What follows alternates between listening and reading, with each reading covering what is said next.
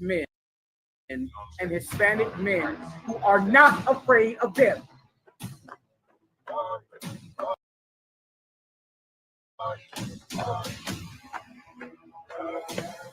What you see out there is men who seek perfection. Academy is.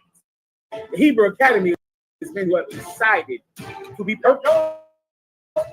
They decided to be perfect with the hope that the Lord thy God will choose better leaders over the church.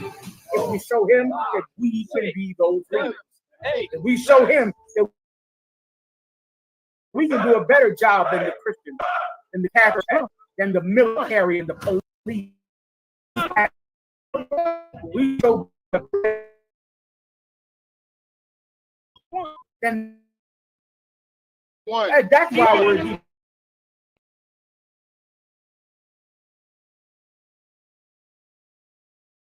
To give God a better option for the governors of this world. A better option for the army of God in this world. God doesn't have to choose the police or the military, or that there is government that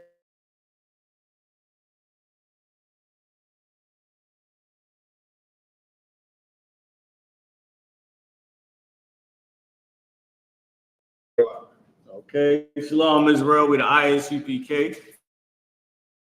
Start out of 1 West 125th Street, Harlem, New York. Under Commanding General Yohana. I'm priest and officer, officer 5000 Israelite School, Universal Practical Knowledge. Okay, this is our Monday scripture for everybody that tuned in and that's tuning in right now. If y'all on TikTok or Instagram or Facebook, or all the platforms, YouTube, and I forget the other ones that we on. But I just want to say the water to y'all for tuning in. Okay. Now, with that being said, is there any questions in the class? Go ahead, Sawana. The brother, he's gonna give you the mic, Salaki. I have a question about the book of Deuteronomy, chapter 28. I think it's 43. It's one of the curses. I'm sorry, y'all. I wanted to know what the Halloween when our oppressor would go above us very high, and then we would be very low. Very low. Okay. So your scripture was Deuteronomy 28 and 33. We can get. I know exactly which one you're talking about. I think it's 43 or 43 23. or 23. No, you was absolutely right. It's 43. Can we get Deuteronomy 28 and 43? All right. I gotta read it nice and loud. Until y'all get one goes out, y'all can just plug in the other one. It's for what you call it? Yeah, about you're gonna get it to the brother. So the sister's question is, why did it say in Deuteronomy the 28th chapter? If y'all don't know, Deuteronomy the 28th chapter is the curses that the Lord said would happen to the Israelites if we did not obey him. Israelites are the Hispanics, Native Americans, and Blacks, Hispanics, and Native American Indians. Okay, so when we were given the law from Moses, the Lord, he said, if we do the law, we will be blessed. And he said that if we break the law, we will be cursed. I like a cuss word, like people say is a cuss word. Really, you just strong language or rude speech. Right? We're talking about real curses that happen, punishments, curses of punishment, right? So the Lord said he would punish us if we didn't keep his law. One of those things he said is Deuteronomy 28 and 43, which is her question. Y'all can read it. This is the book of Deuteronomy, chapter 28, verse 43. The stranger that is within thee shall get up above thee very high. Who is the stranger in this context? The stranger in this context is the other nations. So sometimes when it's a lot of the times when it talks about a stranger, it's talking about an Israelite that is either as a punishment has been cast out of our land for a time period, or permanently. Back then it was permanent. Now of course, because of Christ, we're able to come back. But at that time, a stranger was usually an Israelite that was either put out the land for permanently or for a time period, or just a regular stranger like today, like an Israelite that you don't know. Like a stranger don't have to be a white person or a Chinese person, but you just don't know a black man or this is right or this name man. You just don't know him. That would be a stranger. And times a stranger is talking about the other nations, right? Meaning somebody that's not an Israelite. As you can see, the people that are not Hispanic, the people that are not black, the people that are not Native American, they have gotten far above us in status and wealth. In reality, they've gotten a lot of gain, and their gain is far above the gain that we had. So what it's saying is the strangers. And thou shalt Salaki, read that again. I'm sorry. Deuteronomy 28:43. The stranger that is within thee shall get up above thee very high.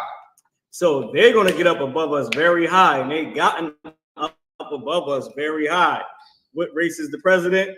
You know what race he is. Go ahead.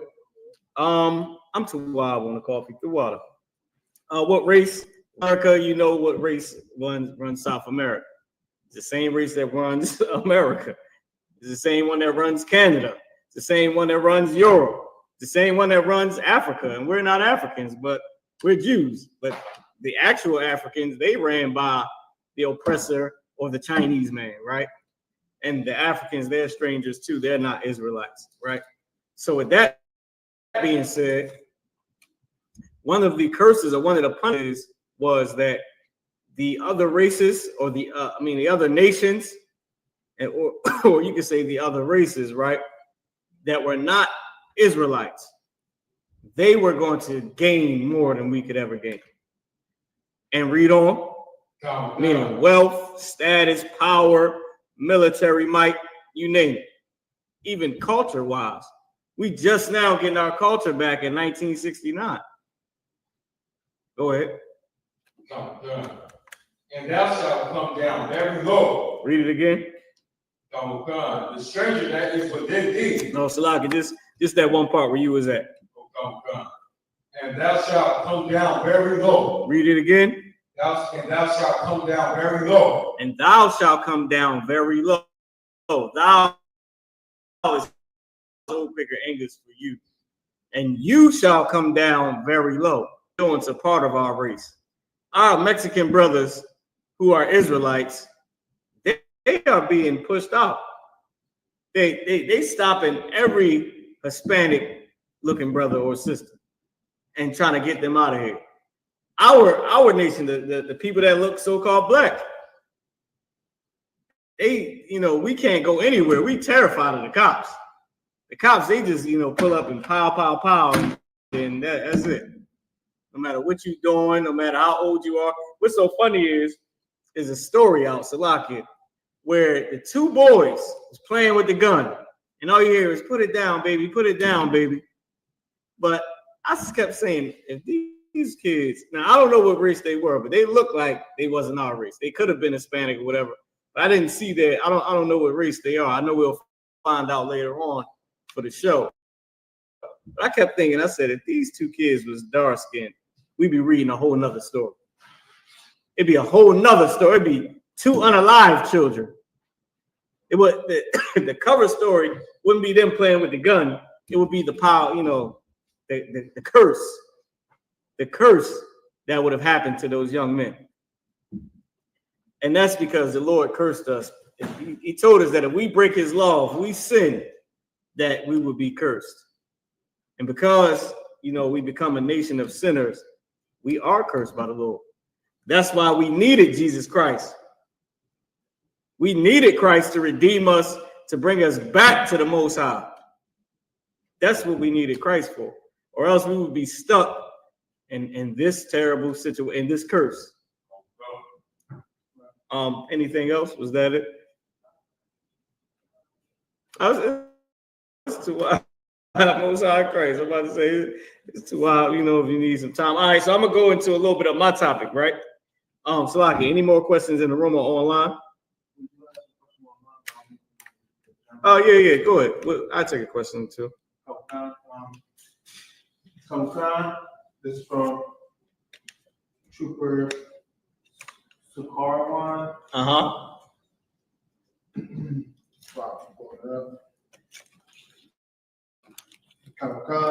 Sure. Trooper Sukarwan from Dallas, Texas. Salaki Alawan, can you explain 1 Samuel chapter 1 and verse 11? What is she talking about? Shall no razor come upon his head? Okay. 1 Samuel chapter 1 and verse 11.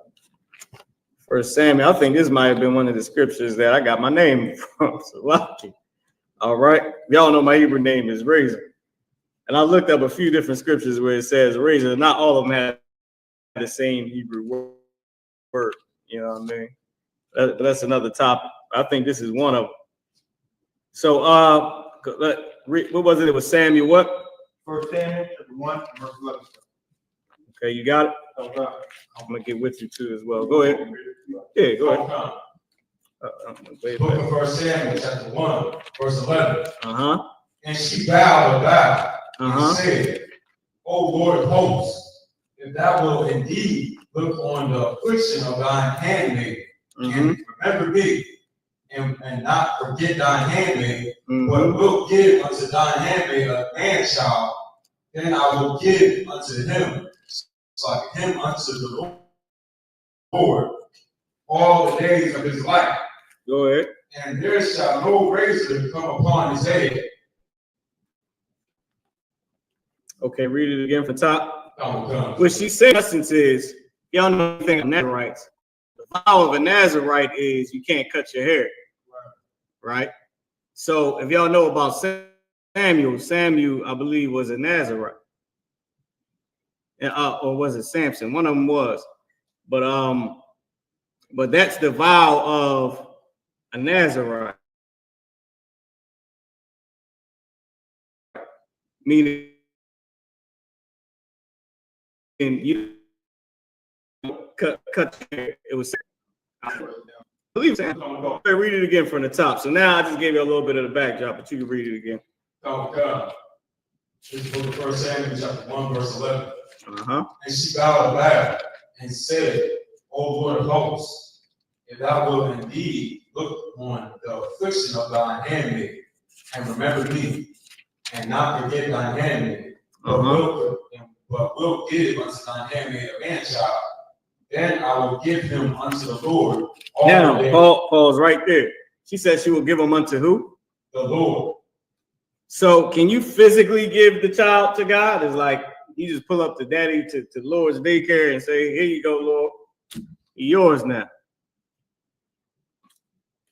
Now, physically, you could do that here in the IHPK. You could with the men of God back then, technically, depending on how you look at it, how you always deal with them little loophole questions and answers. You know what I mean? Technically, you could if you give her to the man of God, but you have to be a man of God.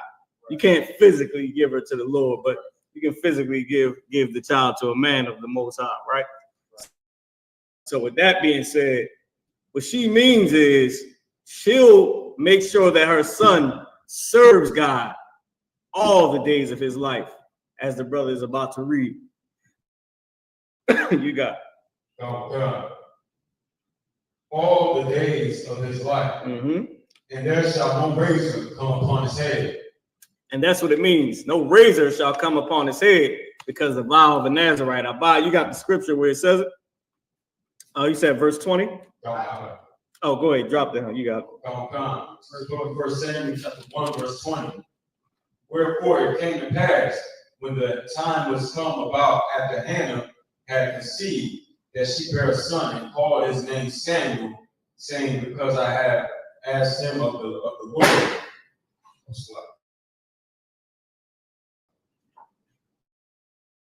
Go ahead. Name in Hebrew, Samuel. But that's what she meant about the razor.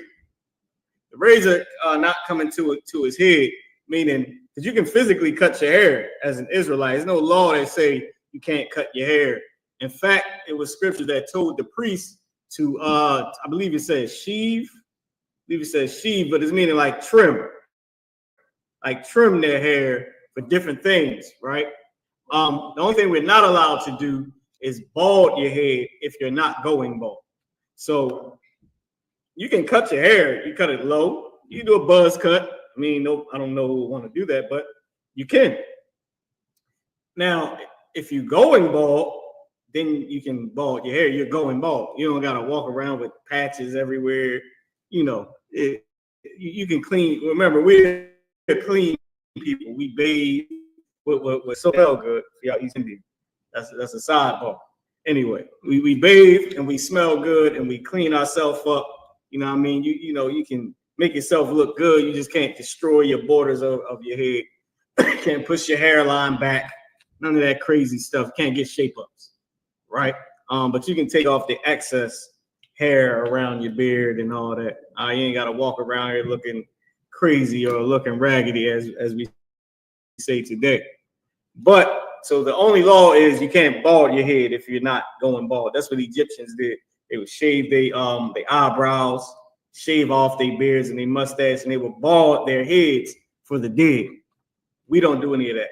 We don't get tattoos. We don't do none of that stuff. We don't get shape ups. You know what I mean? So, but once again, you can trim your hair. You can sheave, I believe, is what the term they use, your hair. You can do that.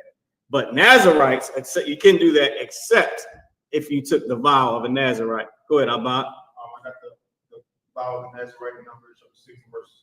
Bubble Kashal, the water. We'll go straight to the point, verse 5. You can go straight to the point in verse 5. You got. Oh, can I hear you? Oh, go ahead. This is the book of Numbers 6 and verse 5. All the days of the vow of his separation, there shall no razor come upon his head. Now, what is the vow of his separation? The vow of the Nazarite. Does it say Nazarite in verse 1? That would have been great to read that. Verse 2. Go ahead. Read verse 2. This is the book of Numbers chapter 6 and verse 2. Speak unto the children of Israel and say unto them, when either man or woman shall separate themselves to vow a vow of a Nazarite, to separate themselves unto the Lord. Unto who? Unto the Lord. Unto who? Unto the Lord. Unto the Lord. When you vow that vow unto the Lord, meaning to separate yourself unto the Lord, meaning you're taking this vow to do the specific things that it says in the Nazarite vow. So now you're not the average person that can just get a haircut. Of course, we didn't get shape ups and nothing, but you can't just get a haircut because you want a haircut. Right. I believe the Nazarites can't touch women either. So the Nazarites, they didn't have ribs. When you take that vow from a baby, you would have to wait till your vow was till you achieved whatever, the Nazarite vow, you lived out the term of, not having a rib and, being separate unto the Lord, not cutting your hair. And then after a time, I believe you were able to, you fulfill your oath. And I believe he was able to stop the Nazarite oath. But don't quote me on that. You got to ask General Mahayaman. I believe it is a time period where you were able to stop that vow after, achieving the vow to some degree, right? And that because that was the point, to do whatever that vow is of being a Nazarite. So with that being said, that's what it means to not take a razor to his head. It ain't saying she ain't going, try to clip him and unalive him with the razor. It's saying that she's not going to allow him to ever cut his hair. He won't never get a trim. He won't get his ends clipped. None of that. Whatever it is that's growing, that's what's growing. All the way until he fulfilled that Nazarite vow. Right? So I hope that answers your question. If I may.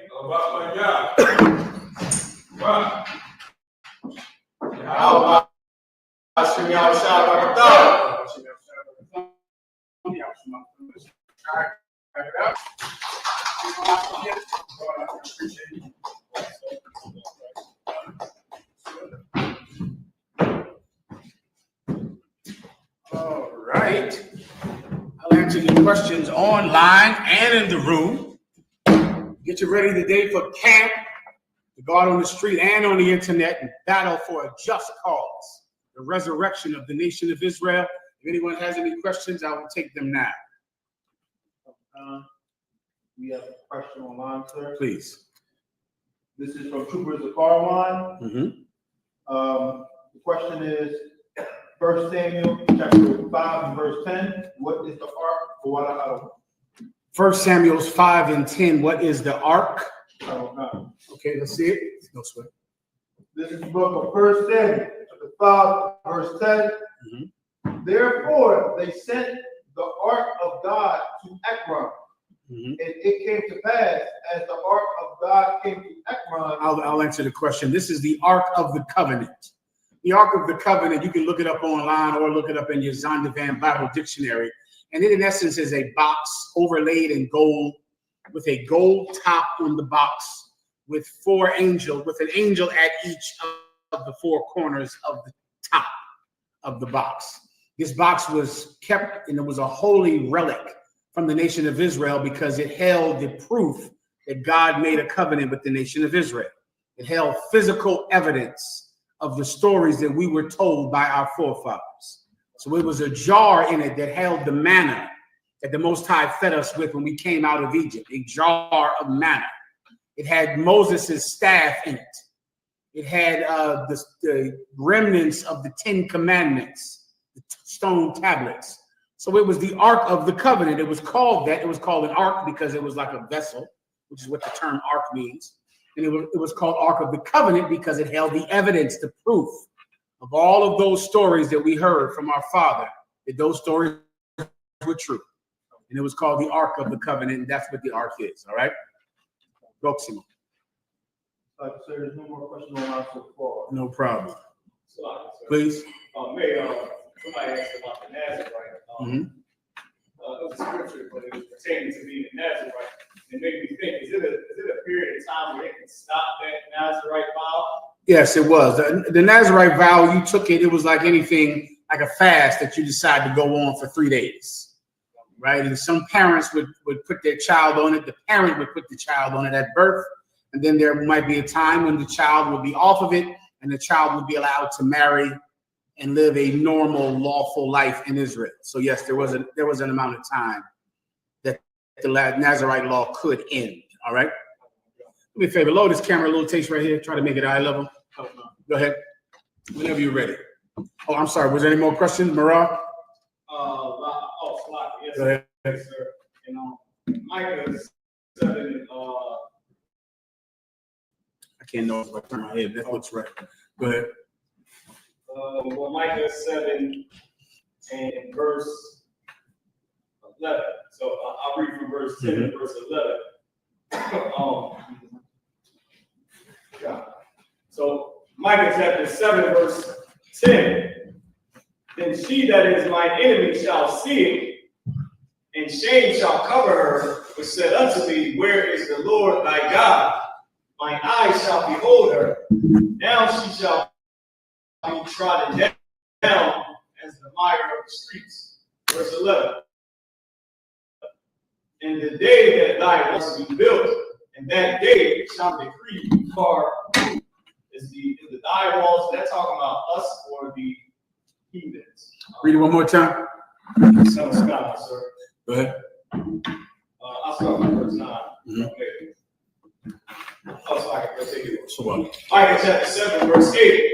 Rejoice not against me, O mine enemy. When I fall, I shall arise. When I You get that right? That part you get? Yes, sir. Keep going. Go on. Good. when I sit in darkness, the Lord shall be a light unto me. You get that? Keep going. I will bear the indignation of the Lord because I have sinned against him. You get that, correct? Go ahead. Until he plead my cause and execute judgment for me. Mm-hmm. He will bring me forth to the light, and I shall behold his righteousness. Mm-hmm. Verse 10. Then she that is my enemy shall see it, and shame shall cover her, and said unto me, where is the Lord thy God? Mm-hmm. Mine eyes shall behold her. What book is this in? It's Micah. Micah. She that is thy enemy is speaking about her that lieth in thy bosom. It's speaking about the wife that turns against you when times get hard. That's Micah 7:7. You understand? Micah 7:7. That's your precept for this. You can go ahead and read it for the brothers and sisters, all right? Then she that is my enemy shall see it, and shame shall cover her, who said unto me, where is the Lord thy God?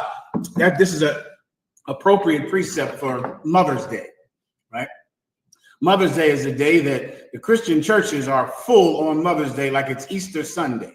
Why? Because Mother's Day is not truly about loving your mother. Mother's Day is about the economy of Christianity.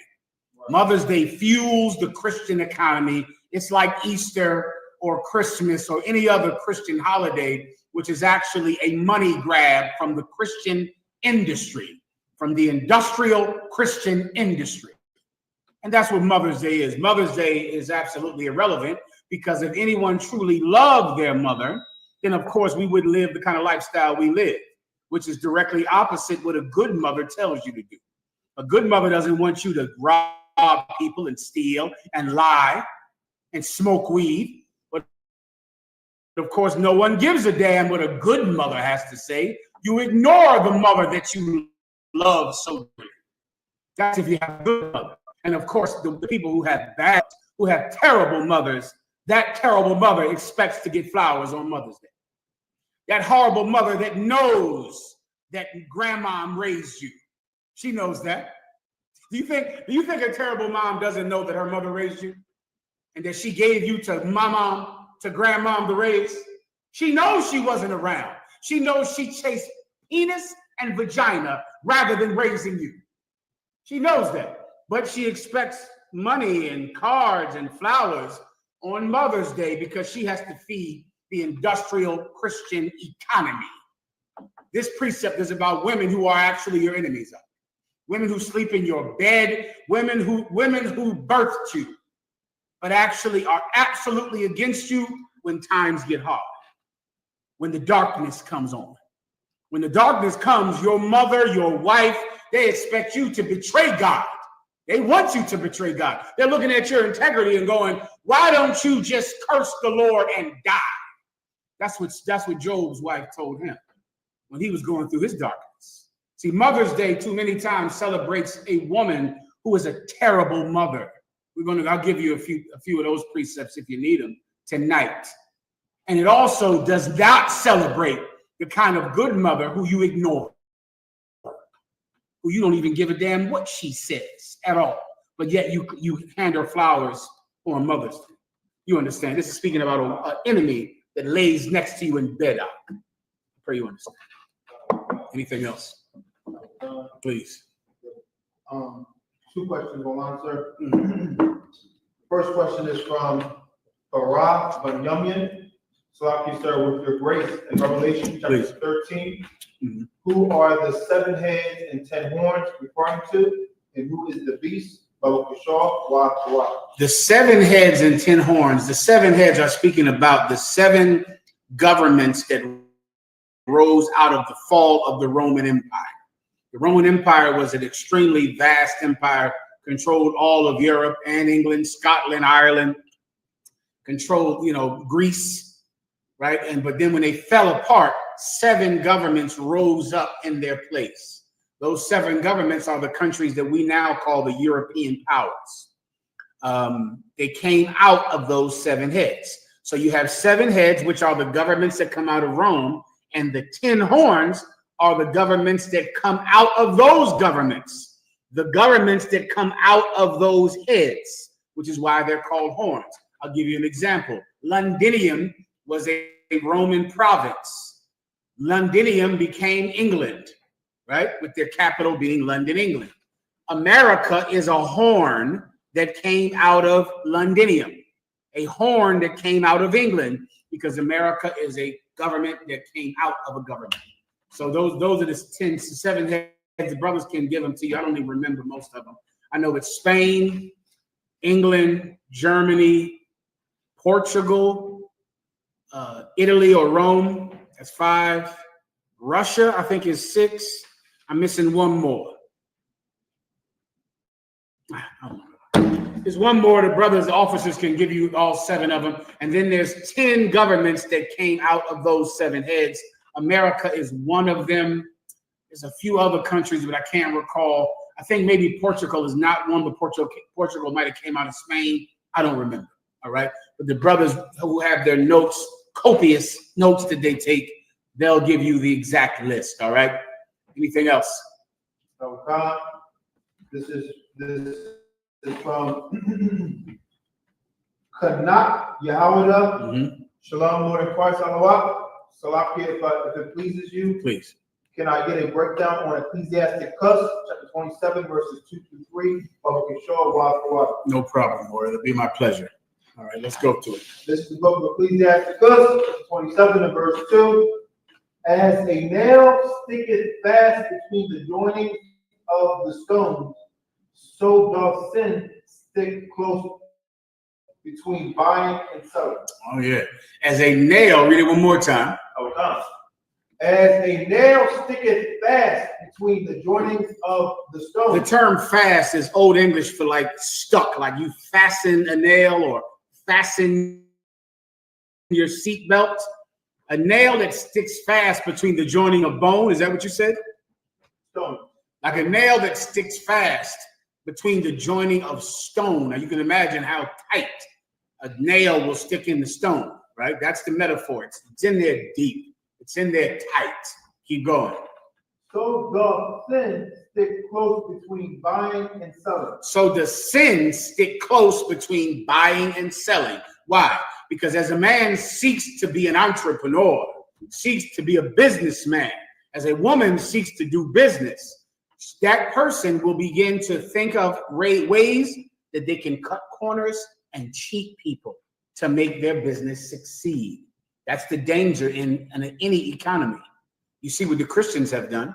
The Christians have allowed their greed to create Mother's Day and Easter and Christmas that have no biblical basis, that are actually a cancer on blacks and Hispanics, but it makes so much money that they can't let it go. They care more about the making of money than they do morality. And that's the day when you go into any business. You cut corners where you say that this is silk, but really you'll blend some other fabric in there that's cheaper, which is why we have laws of having a just measure and a just scale and not mingling fabrics. It's to avoid the kind of theft that is natural when you try to become a business person. But you're not allowed to do that in Israel. Right. I did like the term a pig in a blanket. You ever heard that term before? It's like a pig in a pig. What's the thing they say a pig goes in? A pig in a basket, a pig in a bag. Let the pig out the bag. You've heard that term before. Well, that is an actual term. Now the cat is out the bag. That's the one. Now the cat is out the bag. That term comes from the Middle Ages when people would go buy a piglet and they would sell it at the market. They would have all the piglets in bags already, in those breathable bags so the pig could breathe. And people would go and buy a pig. They would buy a pig. And they would just buy one. But when they got home, they opened up the goddamn bag and it's a cat in there. So because of that, the term "the cat out the bag" began to mean when the truth finally comes out. When finally it's revealed to you, because people would cheat you when you went to market. They would tell you this garment was made of one thing and it was not. They would cheat you. In Israel, you are not allowed to fall to that temptation of committing crimes simply because you want to make money. Everyone understands. All right, go ahead. One more verse, sir. Please. Verse 3. Unless a man holds himself diligently in the fear of the Lord, his house shall be overthrown. Shall be soon overthrown. Shall be soon overthrown. That's going into what I just said, brother, if you decide to be a business person, you're going to have to be diligent not to cheat people, not to sell homes that you don't own. Don't do things like that, Doc. Like, that's wrong, and it's against our laws. And if you're not diligent, if you're not careful to make sure that your morality is more important than your money, then what's going to happen is sin is at the door, brother, and you're going to be overthrown. And then a just man will be knocking at your door to drag you out of the house because of the cheating that you did to your own people. Everyone understands? Go ahead. This is from Officer Nawanyala. Salakia, my Lord, if I may, was Job friends helping him or was trying to get him to curse God like his wife tried? Job's friends were attempting to help him. They were sincere in their desire to help him. That's the answer. Job's wife was not. Job's wife just fell weak, just like your mother did. It's like all of your grandmamas and your mamas just fell weak, and they hate you simply because you are not bending over backwards for white society. And they hate you for that. And the more that you stand up and become a man, an evil mother will hate you. She'll expect flowers nonetheless. She'll expect flowers no matter how many years she spent snorting cocaine and smoking crack and your grandmother raised you. She'll still expect a Mother's Day gift. Nah, Job's friends weren't like that. They didn't know. What Job finally realized is that it wasn't his fault. They were telling Job that it was his fault because Job was doubting the Most High God. And they were trying to tell him that he should not doubt the Lord. He can't grab Leviathan out of the water. He can't wrestle the behemoth. You shouldn't doubt the Lord when you are going through a terrible time. They were absolutely right. Job's friends were right. Job listened to them, and they were with him during a terrible time of grief and agony because he lost his children, lost all his possessions, and his wife turned against him. They were with him, and they sat by him, and they were sincere in trying to help him. Because of their help, he realized at the end that it was him. It was him, that he repented for what he had done. And then the Most High gave him back everything that he took from him. Is there anything else? Oh God, this is from Trooper Yakwa Gabar. Shalom, Yahweh Shem Shabbat. If I may, Adawan, Please. Can you break down Proverbs 16 and verse 18? No problem, of course. Is it saying we can't be proud of a family member making an accomplishment? Is it saying we cannot be proud of a family member making an accomplishment? Is that what he said? What's his name? Trooper Yaquad Gabar. Trooper Yaquad Gabar. Let me look into it for you, brother. Go ahead. Okay. This is the book Proverbs, chapter 16 and verse 18. Go ahead. Pride goeth before destruction, and a haughty spirit before a fall. It's not speaking about how you feel about your family member. This is speaking about how you should be. This is telling you not to be proud. This is telling you to watch your behavior and watch your pride, because the more proud you get, the more you think you're something, then you give the Lord cause to let you know that you are absolutely nothing. Pride goes before a fall. All right, so you want to maintain humility. It's important unless you want the Lord to take you down. That's what this precept is about. Próximo. Okay. This is from Yafael Israel. Yapai or Yapai? Let's go with Yapai for time's sake. Is that all right? Go ahead. Yapai Israel. You got it. Slakia General, would you please break down this scripture for me, please? Deuteronomy chapter 4, verses 1 through 6. No problem. Also, someone remind me of Mother's Day so I can give you a couple of them. More I can wait till Thursday if I'm jammed up with time. All right, go ahead. When this book of Deuteronomy chapter 24, verse 1. Please, Ben Altraves, please. When a man had taken a wife and married her, And it comes to pass that she find no favor in his eyes, because he found some uncleanness in her, to let him write her a bill of divorcement, and give it in her hand, and send her out of his house. This is the law of Moses. Give me Matthew, the 9th chapter, I believe. Just a precept for this, what Christ spoke about Moses giving us this law. This is the law of separation, or the law of divorce. If a man is married to a woman, this is your woman, but then you find some uncleanness in her. You can think of some like any uncleanness in her. You can think of uncleanness like something that makes you want to separate from her, which is what unclean means, that you want to be separate from this person. So if you just wanted to be separate from her for any reason, you could leave her. You would give her, you would write down on a piece of paper with a witness or a scroll or whatever they had back then, and you would say, this is no longer my wife, I'm separate from her. She would take that letter, she'd hand it to the judge or the priest, and she'd hand it to her new husband. She'd say, listen, I'm free. Here's a letter from my old husband. Now you can have me. And that was the law of Moses. Everyone understands. If this TV went out over here, I'm not sure what. That was the law of Moses. Now, let me explain it to you now. Let me give you the breakdown on this precept, if you don't mind. Por favor. Go ahead and read it. Tell them where you are, if you don't have it.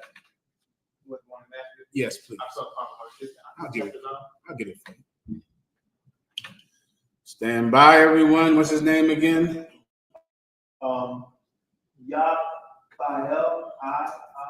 Yapa Israel. Stand by. I'm going to give you a precept so you can understand what happened, what that precept is speaking about. I believe it's Matthew 19:8. Is that right up? Let's start at 8. Matthew 19:8. Remember, the New Testament explains the Old Testament. The Old Testament explains the New Testament. And Jesus Christ gives us the understanding on how to keep the law. Without Jesus Christ, you can't even understand the law to keep it. All right? So we're going to give the breakdown that Jesus Christ made on almost divorce. Let's go. Chapter 19, verse 8. He saith unto them, Moses, because of the heart and I'm sorry, skip up. You need to go above it to get the context. Verse 7. They say unto him, why did Moses then? One more verse. Verse 6. Wherefore they are no more twain. If you could read above it, right, and see where this topic starts.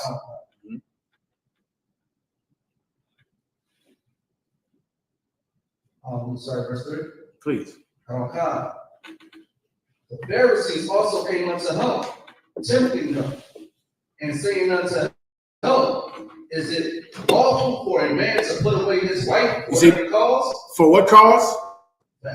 This happened 2,000 years ago. Men walked up on Jesus Christ as he was at camp, the same way you were at camp last Saturday and last Friday. And they went to him, tempting him, meaning their question was not a sincere question. You understand, Yapa? Their question was not sincere. They were attempting to battle him with a question, which is what officers in the truth, you have to know when that's happening, all right? So they said this, read it again. The Pharisees came also unto him, tempting him, and saying unto him, is it lawful for a man to put away his wife for every cause? Is it lawful for a man to put away a wife for every cause? That was important because Moses said for any uncleanness. So what Moses said is clear. Is it lawful for a man to put away his wife for any cause? Now remember, they said this tempting him. Now you're going to need some context clues to understand this. If they said this tempting him, then what does that tell you that Jesus Christ was teaching before they asked this question? If you don't know what I'm talking about, raise your hand or tell me online. Meaning they said this trying to anger him, trying to debate him, trying to battle him. So they know what he teaches. He is teaching you cannot put away your wife. And they know he's teaching that. That's why them tempting him said, is it lawful for a man to put away his wife for any cause? because they know that Jesus Christ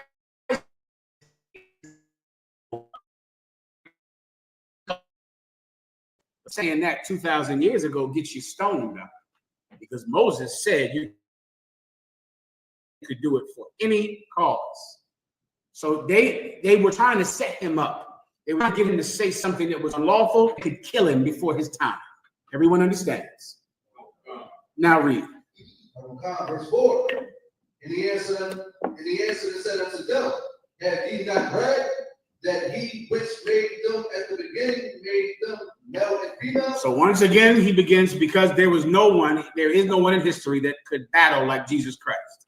He doesn't answer their question directly. He begins to cut them in the Old Testament, because he knows that they think they're experts in Moses and in the Old Testament. So have you not read that he that made them in the beginning made them male and female? Speaking about Adam and Eve. Keep going. Verse 5. And said, for this cause shall a man leave father and mother, and shall cleave to his wife. Didn't Moses say that a man should leave his father, leave his mother, and unify with his wife, cleave to his wife? Didn't Moses say that? Keep going. And they twain shall be one flesh. And they what? Twain shall be one flesh. And they what? Twain shall be one flesh. Carne de mi carne, hueso de mi hueso, flesh of my bone of my bone. Didn't Moses say that? Moses said that. He said, we're two, them, they twain, which is Old English for two, will be one. Moses said that, didn't he? Keep going. Verse 6. Wherefore they are no more twain, but one flesh. They're not two anymore, they're one. They're one. Continue. What therefore God hath joined together, let not man put asunder. That's in the Old Testament, young brothers and sisters. That's what Moses said. They that are joined together, let no man make asunder. Moses said that. Keep reading. The word asunder means to separate. Keep going. Verse 7. They say unto him. So then obviously, after he cut them, they said this was their reply. Go ahead. Why did Moses then command to give a writing of divorcement and put her away? You said they're like so many of you fake Israelites out there, Muslims out there, atheists out there. You think that you can understand the Old Testament without understanding a black man named Jesus Christ. Nunca. Nunca. That can never happen. You cannot understand the Old Testament without understanding Jesus Christ. They said, well, damn, that's true, but then why did Moses say, give them a bill of divorce then? Why did he do that then? And here's what you need, Yapa Israel. Go ahead. Verse 8, he saith unto them, Moses, because of the hardness of your hearts, suffered you to put away your wives. Read that again. He saith unto them, Moses, because of the hardness of your hearts, suffered you to put away your wives. Let me tell all of you out there that are in these terrible marriages that you suffer in every goddamn day. Those of you that are willing to suffer in it, most of you aren't willing to suffer. That mother that you gave flowers to, she couldn't stay with your father because she found a phone number in his pocket in 1982. She left your father and she married that man that molested you. She married him, or those men, or those uncles that came in and out of your life, your entire childhood. You see, your mother could not soften her heart to your good father. Your father who hates your mother so much, for what reason? I guess she don't cook and clean enough. I guess she don't go to work all goddamn day and then come home and cook every goddamn thing and hand you all her money. I guess when your wife sees you drunk every goddamn night, like a filthy, pissy rag on the floor, I guess finally she yells at you and you want to leave her because you found some new slut on Instagram and she's going to be a better woman to you. See, you can't forgive your wife because she doesn't have the patience of a statue to look at you destroy yourself on alcohol every goddamn day. You see, the lack of compassion is why marriage is in. And that's the only reason. The lack of compassion is why there are so many bad mothers. You just don't have compassion, that's all. If you had compassion, you'd be a good mother. You had no compassion at all. And that's why you were such a terrible mother with your hand out, begging for a gift every Mother's Day. People don't have compassion, and that's where bad marriages come from. People that can't forgive each other for what happened yesterday, for what happened 10 years ago, for what happened 5 years ago. You cannot forgive. You cannot wake up in the morning and start anew. You can't do it. Your heart is too hard.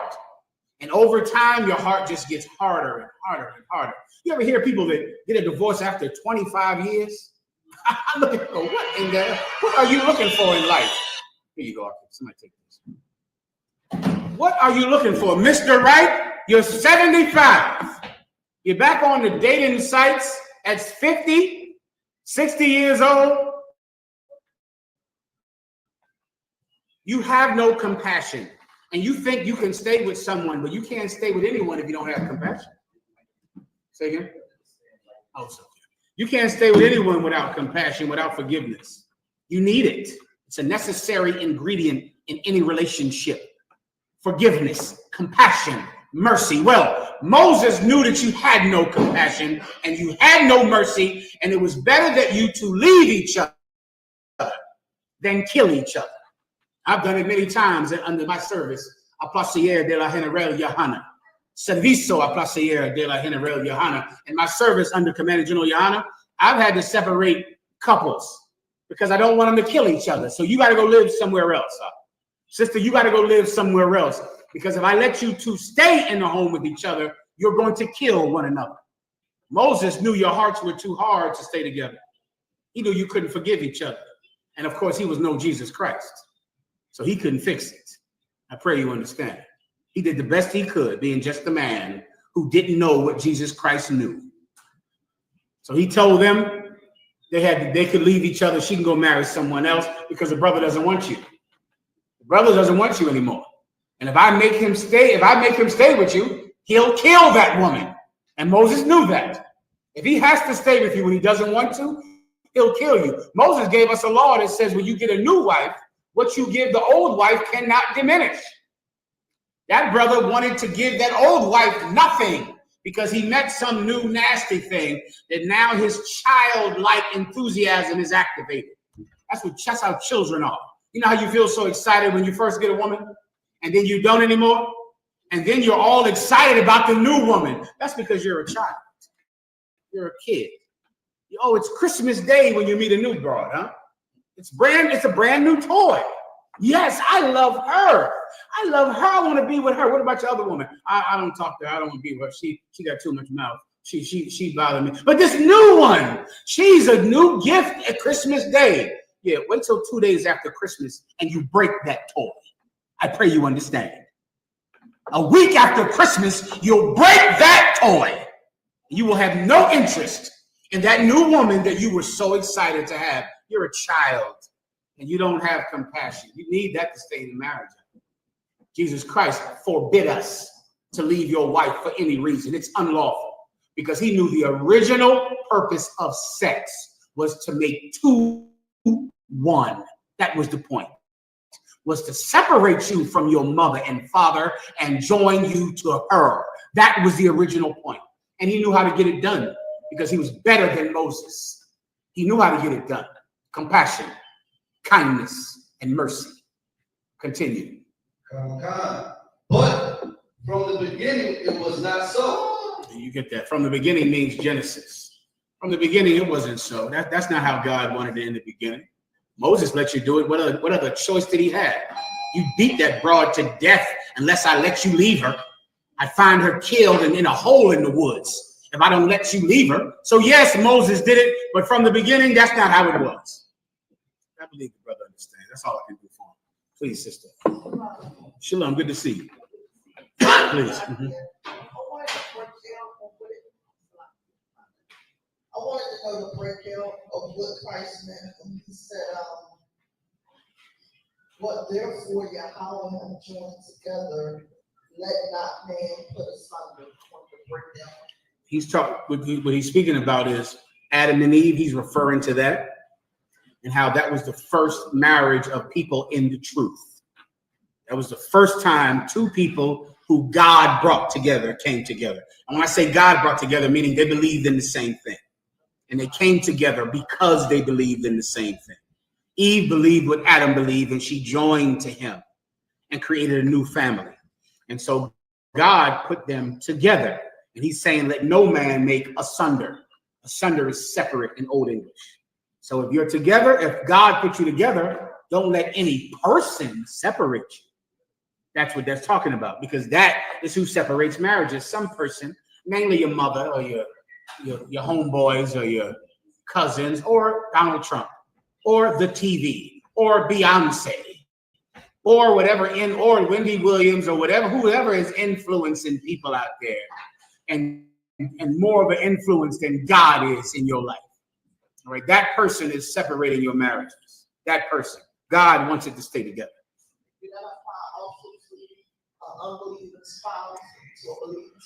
Yes, it does.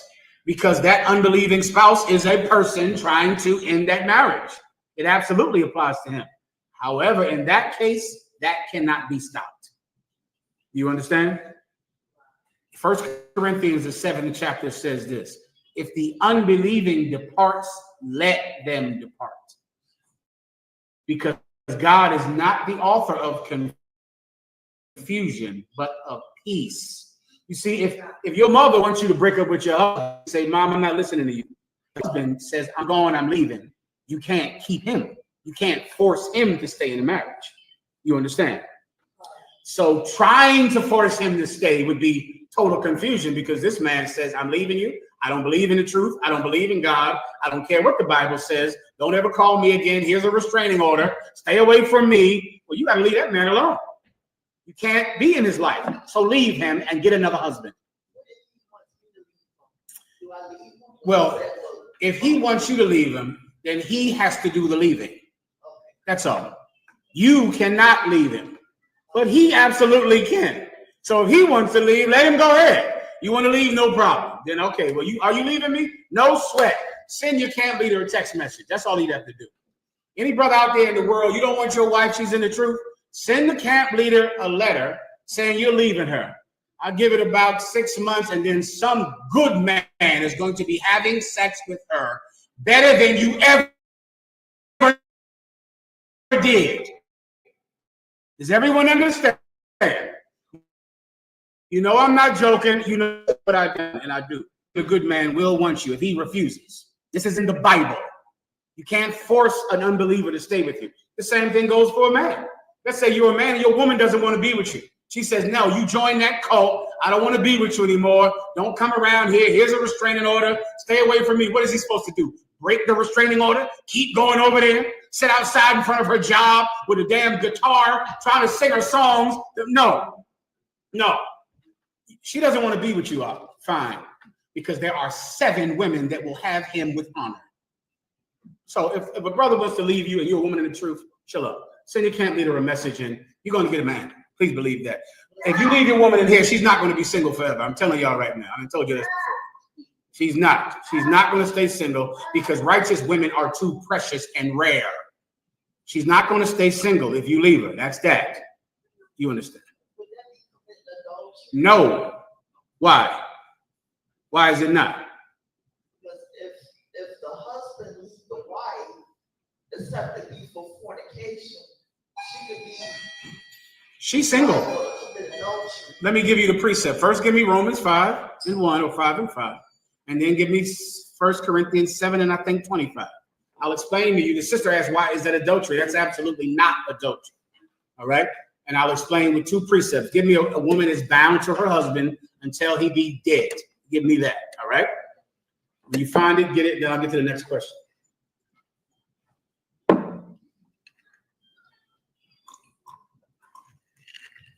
Like, that's a silly thing. Some brothers do it because some brothers that a sister in the truth marries are just evil and wicked.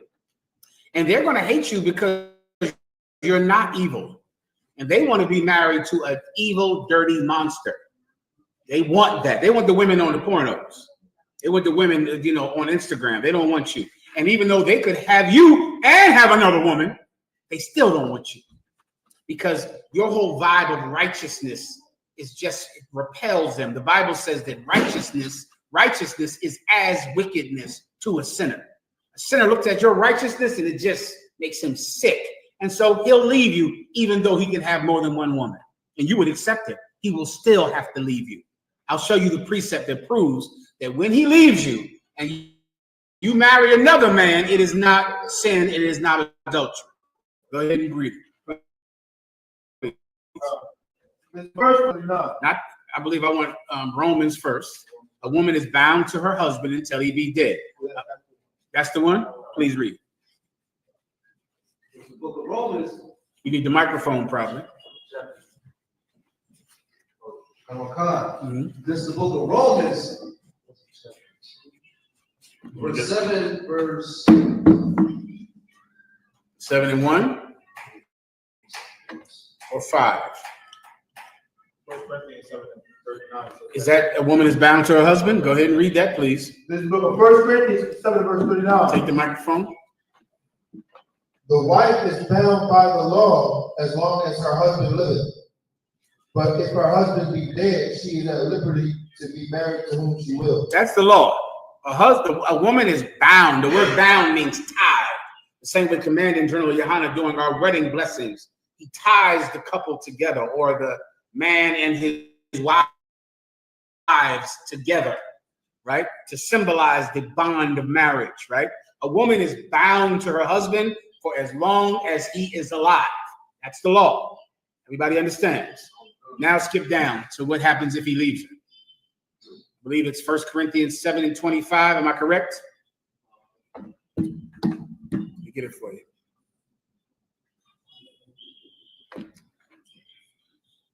Stand by. Oh, 1 Corinthians 7 and 15. 7 and 15 sounds right. Go ahead. Oh, no. This is the book of 1 Corinthians 7, verse 15. But if the unbelieving depart. Read that first part. Read that right there. No. Right there. But that's what you need. Pero. But a woman is bound to her husband as long as he's alive. But that's what you need. Because you're about to read an exception to that law. A woman is bound to her husband as long as he is alive. But, keep going. But if the unbelieving depart, let him depart. You see, he doesn't believe that a man and a woman should stay together for the rest of her life. He doesn't believe that a woman is bound to her husband as long as he lives. He doesn't believe that. And you have to believe that to be able to have a marriage with someone. They have to also want to stay in the relationship. If they don't want to stay in it, how in the hell do you force them, especially in a country where divorce and breaking up is encouraged? Then you can't do anything about it. And of course, if you're living in Corinth, the law is not going to make that man stay with you. The law would make him stay with you in Jerusalem because of what Moses said. So you can't force this man to stay with you. So even though the Most High God demands that you stay together, you're married to someone who doesn't care what God said. So if the unbelieving depart, read that again, Shalom. Go ahead. But if the unbelieving depart, let him depart. Let him depart. Don't try to force him to stay. Don't sit outside of his job and, key his car and break his windows and go down to his job. Don't do that. If he wants to leave, let him go. Keep going. A brother. A what? A brother. A what? A brother. A brother. Keep going. Or a sister. Or a what? A sister. Or a what? A sister. A brother or a sister. Keep going. Is not under bondage in such cases. What bondage is he talking about, sister? Give it a mic. Mm-hmm. To be bound to her husband. Give her a hand. Yeah. She's not under that bondage anymore. She's free. She believes in the law, and she would have stayed with that drunk, drug addict, child molester, pedophile for the rest of his life. But he doesn't like women like her. He likes wicked women. So when he goes, say shalom. You are not under that bondage if he leaves. This is in the Bible. Good to go? No problem. Next. Better. Proxy. This is from Hebrew Name. gave a breakdown on Revelation chapter 1 and verse 7. No problem. I would highly appreciate that. No, it'll be my pleasure. Revelations 1 and what? 1 and verse 7.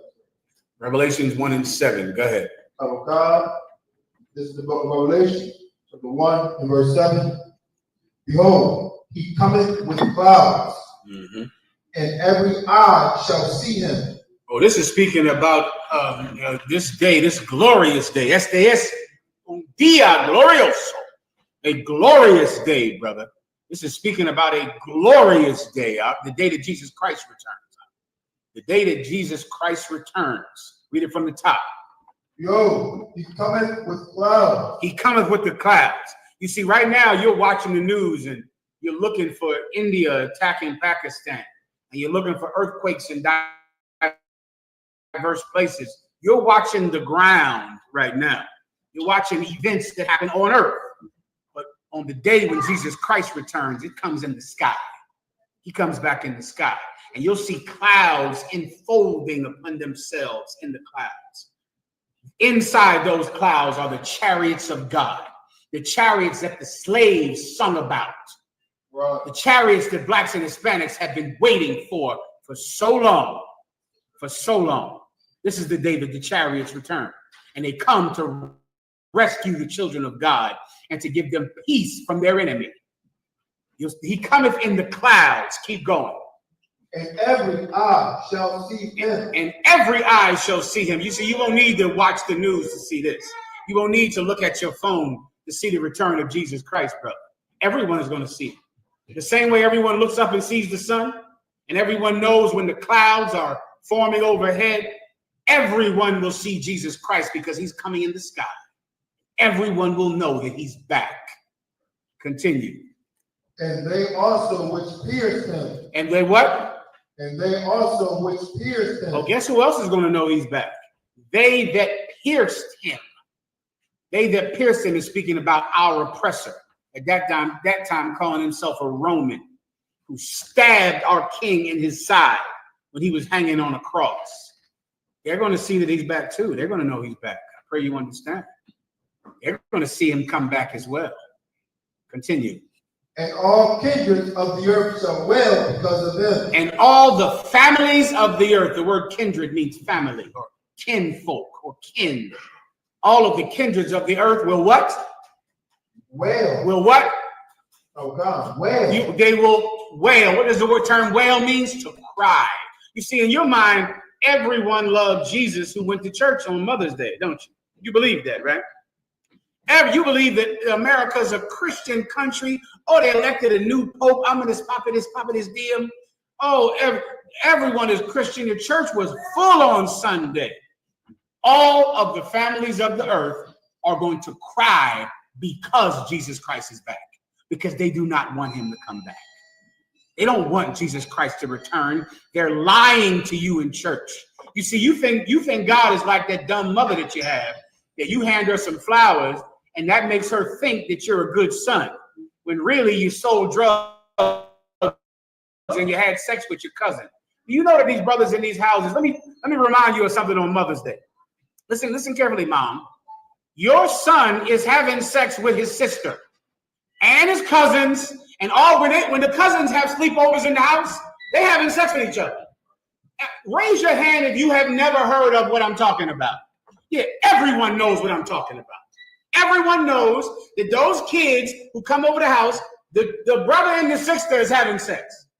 The cousins are having sex with each other. They're doing that in that goddamn house. While the mom is what? I don't know, watching TV with her boyfriend, doing whatever. Kanye West said that he went into his mother's bedroom, pulled out a Playgirl magazine.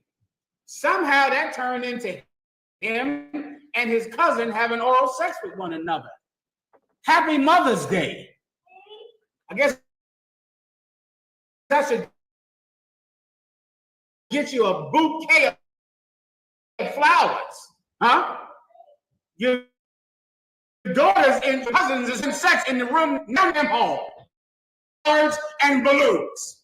You can't watch the goddamn kids in the next room. You're drunk on the couch. you don't really want Jesus Christ to return. And because you say you do, it doesn't mean it's true. Jesus Christ said this people draw nigh unto me with their lips, but their heart is far from me. Jesus Christ wouldn't be fooled by your flowers and your candy. He would know you really don't give a damn about him. If you love your mom so much, why'd you have sex with your cousin right down the hallway? What'd you do that for? You two gay, all you gay people out there listening all the time, you know your first sexual experience was with a family person. You know that happened. You know that's how you started. So what would your mom have said about that? Did you tell your mom? Did you ask permission from your mother before you got your 7-year-old cousin to perform oral sex on you? Did you ask your mom, should you do that? Oh, you didn't ask mom because you don't give a damn about your mother. You don't care about your mom. You do whatever you feel like doing, but you hand her flowers on Mother's Day, no problem. God is not so fickle. He's not so silly in his kindness and who he rewards. He knows you don't really love him. You don't want Jesus Christ to come back. When he comes back, all of the nations will be crying, all of them, because they'll know the party is over. It's time for justice. I pray you understand. Hold on, part two, intended it. Please, sister, you need the microphone. Well, they cry also because they didn't fear and not ready for this return. It's a little worse than that. Ready would insinuate that they were attempting to get ready. They're not attempting to get ready. They're having sex with their cousins and sisters. They're not trying. You get my point? They don't think it's actually ever going to happen. They won't tell you that. They read the Bible. They read it like, you know what the Bible is like? The Bible is like the American Constitution. Everyone talks about it, but really, if they don't want to follow it, they're not going to. You understand? They're going to break their Constitution the minute they feel like doing it. They're breaking it. But they like to talk about the Constitution and the one nation under God, freedom, the land of the free. Every person is created equal. That's in the Constitution. But they're still going to have slaves. Christians treat the Bible the way white people treat the Constitution. They talk about it, sounds good, but they really don't think it's true at all. You understand? Anything else? Please, Vin, please. This is the book. This is from Rashad Ben Yehuda. So, can you break down the Ecclesiastes 27 verse 16 to 18? No problem. I got to get to Mother's Day also. Let me know when I should do it. You die, all right? Okay. Can I get this question? Let me hear it at least. Go ahead. Someone else hold Isaiah 49 and 15. And then someone else heard, Isaiah 49 and 15.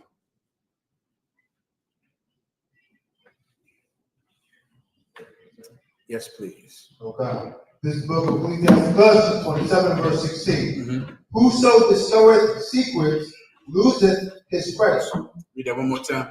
Whoso discovereth secrets loseth his credit. One verse above it. Okay.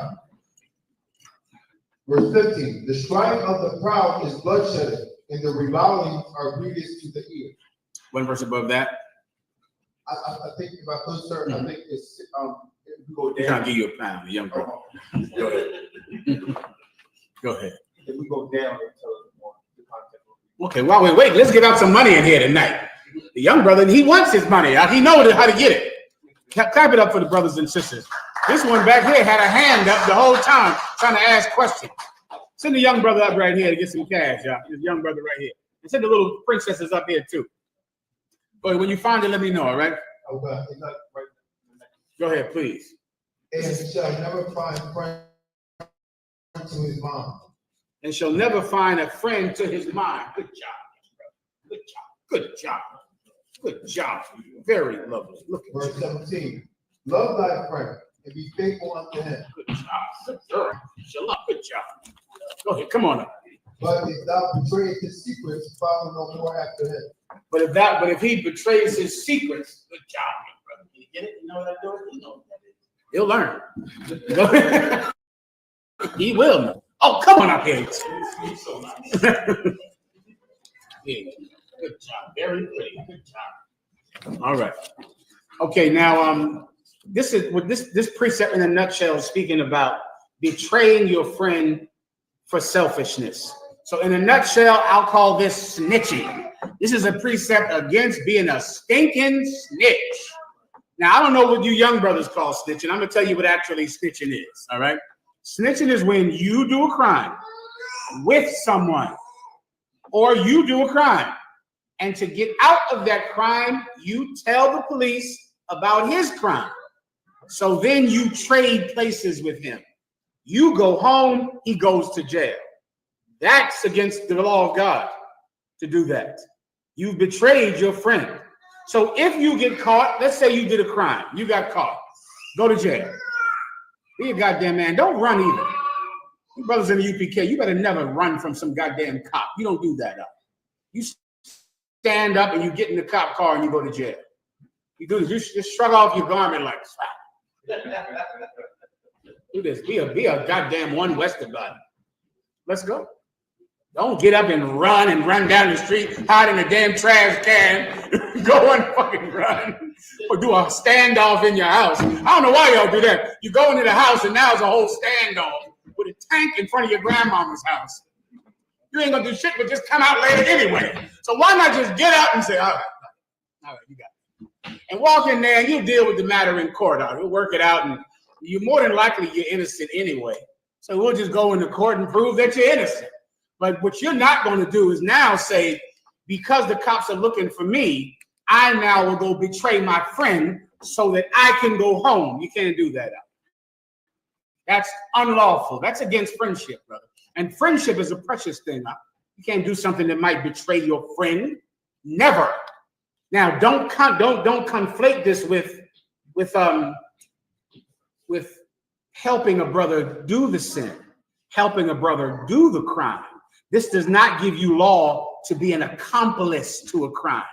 So now some brother says, listen, I'm gonna sleep with this man's woman. Don't tell my camp leader. Don't tell someone. Now you're an accomplice to that crime. Now that's what you've become. Why? Because you're going to tell the UPK, because the UPK is we're not Esau, and we're not the unjust. So we're going to deal with that brother justly. And by telling the men of God, you're actually going to help that brother. You're going to help him by telling us. So you better never go to the goddamn white man and tell him anything. Precept. 1 Corinthians, the 6th chapter. That's your precept for this right here. For the no goddamn snitching like a rat. Some of you bastards will plant cocaine on somebody in here just to get out of a crime. You'll do it. You'll go plant a gun because then you go to the cops and say, there's a gun in that school. You planted the gun. Why? Because you know you have a warrant and you want to get out of it. And so now you betray your brothers to get out of it. Read that precept, 1 Corinthians 6:1. Oh God. This is the book of 1 Corinthians 6 verse 1. Dare any of you. What? Read that again. Dare any of you. Read that again. Dare any of you. Dare any of you. Yeah, you better not dare. Keep going.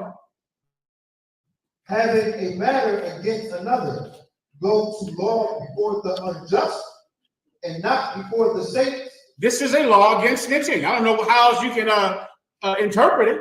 You put this together with the other one in the Apocrypha, it's clear. Dare any of you, you're going to go to law before the unjust instead of the saints? And you got a problem with some brother, you come to us. That's who you come to. You don't go to them. You're going to them, because you want to get out of some warrant you have. Oh, that's why you're going to them. Because you have some warrant and you want to betray your brother to get less jail time. Oh, that's why you did. Otherwise, you go to law before the unjust. The court system in Great Britain is unjust. Right. The court system in Trinidad, Jamaica is unjust. South Africa is unjust. The court system in America is unjust. How dare you go to them and not before the saints of God? Keep going. Verse 2. Do ye not know that the saints shall judge the world. Unless you believe that we don't have the authority to judge this matter. Is that what you're saying? By going to the white man, by going to the oppressor instead of us? Don't you know that the saints shall judge the world? You don't know that? Continue. And if the world shall be judged by you, are ye unworthy to judge the smallest matter? If we're going to judge the world, we can't judge your small matter of you fighting with your wife. We can handle that. You and your wife in there fighting like two alley cats or possums. We can handle that. You think you the first? We can deal with that. You think some brother cheated you out of money? We can handle that. You think somebody did something to you? We can handle that. We can handle it. And you better not let anybody else handle it. That's in the Bible. Everyone understands. Let's give out some more money to the young brothers that came into class right on time for money. Everybody else already got theirs, a bun. Send them up here. Good job. All right. What do I got to do now? Time or no time? Come on. Please. If we see like a police officer doing like the police brutality on a brother, as far as representing the school, how would we intervene? Good to see you, brother. How about you? Good job, bro. Good job. Here you go. Well, here you go, young brother. I see you. Give me a pound. Bang, bang, bang, bang. Good job. Good job. Oh, good. Give my hand. All right. All right. Go ahead. If we see a cop. We see a. Go ahead. Police brutality on a brother. As far as representing the school go, how would we intervene? Okay. Now, in these cases, like so many cases, you have to handle it on a specific case-by-case issue. So I can only give you an in general thing. There's sometimes that you should do what I'm about to say. There are some times that you should not do what I'm about to say. You get my point? This is one of those questions where the circumstances matter, all right, which is in a lot of cases in life, all right? If you wanted to best represent the school, they're beating that brother, throw your body on top of it, right? Someone else needs to film that, right? Someone else films it. You just say, take me. This, you can hit me. Hit me. That's all. You hit me. But brothers have done it. Iraq did this a few years ago. Give Iraq a hand down there in North Carolina. Iraq, the police were about to kill this brother in North Carolina. They had their guns on him, about to shoot him. And Iraq said, let me talk him out of it. I'll do it. I'll handle it. And Iraq talked the brother into submitting to the cops. And the cops did not shoot him. That was the perfect thing to do in that particular case. Do you understand? That happened. It's one of the benefits of being in a school that's been around since 1969. We have been through everything. We're not some purple pig that existed in 2006, which all environments and are older than 2006. So they haven't been through enough to know what to do, but we, of course, have been through it. Okay, back in the day, Chief Head Priest Lahab, Commander Julian Hanna always tell me about the story when they were at camp in Times Square. And the brothers got arrested, and the cops put them in the cop car. And Chief Head Priest Lahab just starts blazing on the cops, walks over to the cop car, opens the door, and tells them to get out. And they got out. Now that's what he did. You get the point. They got out. Now it's a different case, and you have to know what to do in that case. That's the point. All right. Good to go. Time or no? You died. With that, I'll go over the rest of Mother's Day on Thursday. With that, pass the class over to Priest Officer Mahayaman.